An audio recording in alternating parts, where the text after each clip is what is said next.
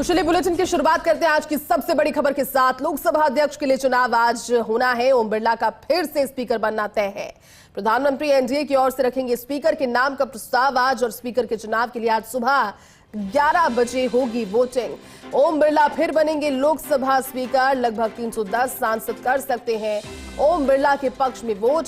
Speaker चुनाव के मद्देनजर व्हीप जारी किया गया है, और ऐसे में भारतीय जनता पार्टी ने सभी सांसदों को व्हीप जारी कर उपस्थित रहने की बात कह दी है। सभी एनडीए सांसदों को संसद में मौजूद रहने के लिए कहा गया है, तो वहीं कांग्रेस ने भी सांसदों को व्हीप जारी किया है। लोकसभा अध्यक्ष पद के लिए सरकार और विपक्ष के बीच में आम सहमति की बातें पहले सामने आ रही थी, लेकिन आम सहमति बनी नहीं। नतीजतन अब स्पीकर पद के लिए चुनाव आज होगा।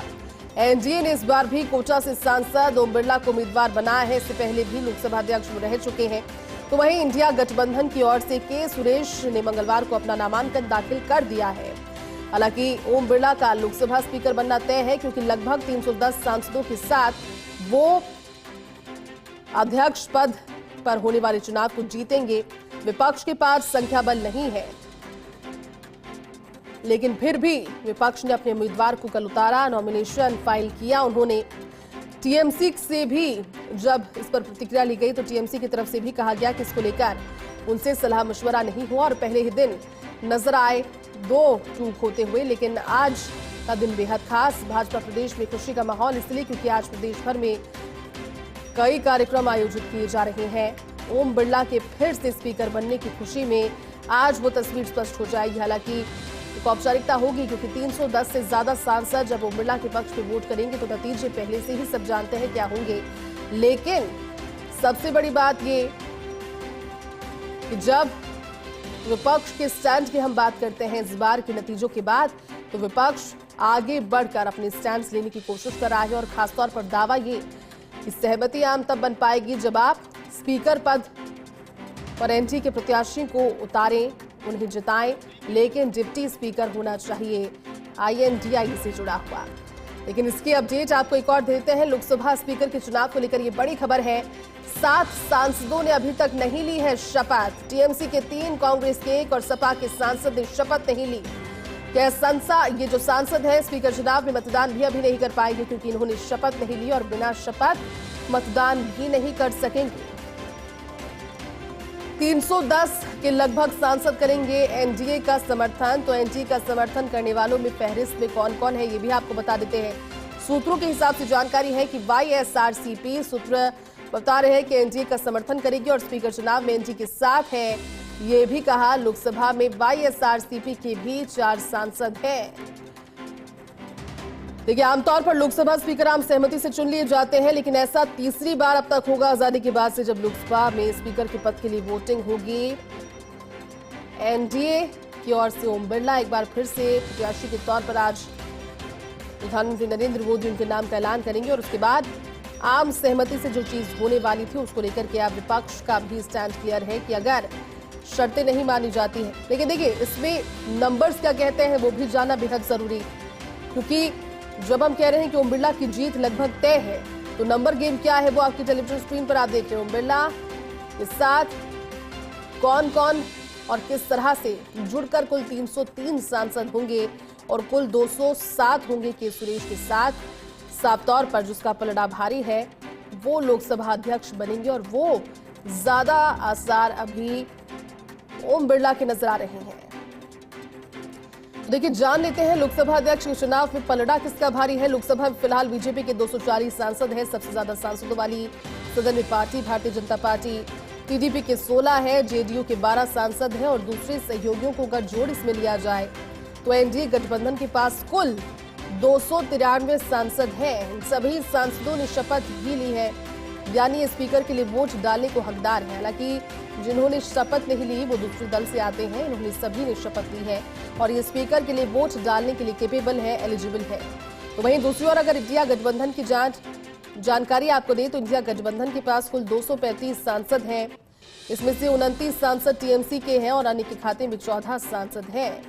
इनमें से अभी जानकारी है वो यही है कि शपथ भी कई सांसदों ने नहीं ली, और इसमें से 3 टीएमसी के सांसद, 1 कांग्रेस का और 1 सपा का सांसद भी। ऐसे में सांसद स्पीकर के लिए वोट भी नहीं कर पाएंगे।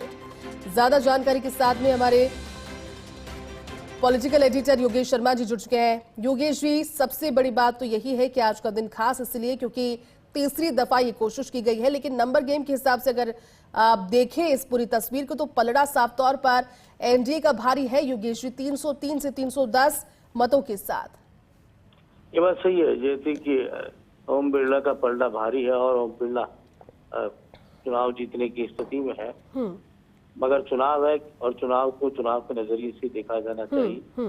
और यहाँ पर एनडीए और इंडिया अलायंस के बीच में मुकाबला है। इंडिया अलायंस से जो उम्मीदवार बनाए गए हैं वो दक्षिण भारत के हैं। तो ये दक्षिण भारत की दुहाई और एक कार्ड यहाँ पर चला कांग्रेस पार्टी ने। अब इस कार्ड को कितनी अहमियत मिलती है वो देखना एक बड़ी बात होगी, लेकिन इतिहास रचा जाएगा आज। ये एक सबसे अहम सवाल यही है कि इतिहास आज रचा जाएगा और बाकायदा चुनाव के जरिए स्पीकर का निर्णय किया जाएगा। ऐसे में ओम बिरला एक अपने आप में माइलस्टोन बनेंगे चुनाव जीतते ही। और भारतीय जनता पार्टी राजस्थान ने भी बड़ी तैयारी कर रखी है जी। उनके चुनाव जैसे ही उनके पक्ष में अगर निर्णय आता है तो मिठाई भी बटेगी और हर्षोल्लास के साथ एक तरह से कहा जाए तो खुशी का इजहार बीजेपी के कार्यकर्ता किए जाएंगे। आपको ध्यान ही होगा कि बीता लोकसभा चुनाव जब ओम बिरला ने कोटा बूटी से जीता था वो भी एक संघर्षपूर्ण चुनाव था। बहुत कम अंतर से उनकी जीत हुई थी और संघर्ष के बाद जब चुनाव लड़कर कोई भी नेता चुनाव जीतता है जी तो उस जीत का एक अलग आनंद होता है, एक अलग उस जीत का अर्थ होता है। राजनीतिक तौर पर अगर आज वो चुनाव जीतकर अध्यक्ष पद पर पहुंचते हैं, स्पीकर पहुंचते हैं तो जीत का उन्माद अलग होगा और एक मैसेज खासतौर से एनडीए देने की कोशिश करेगा। और इस बहाने वो डिप्टी स्पीकर की जो बात थी मुझे लगता है उस पर भी अब आने वाले टाइम में यहाँ चुनाव के जरिए या फिर एनडीए अपने कोशिश ये रहेगी कि वो डिप्टी स्पीकर का पद भी एनडीए के किसी घटक दल के हाथ में जाए। यहाँ आज राजनीतिक चौसर देश की सबसे बड़ी सियासी पंचायत आज देखने को मिलेगी देश। और ओम बिरला का कैरियर आपको ध्यान ही है कि आप खुद भी हाड़ौती चुनाव में गई थी, 4 देख कर आई थी आप, मतदान के दिन भी वहां थी। तो वहाँ किस तरह का चुनाव इस बार कोटा बूटी का हुआ था वो अपने आप में बहुत ही दिलचस्प था। प्रहलाद गुंजल को हराकर ओम बिरला लगातार तीसरी बार हाड़ौती की कोटा बूटी से सांसद बने।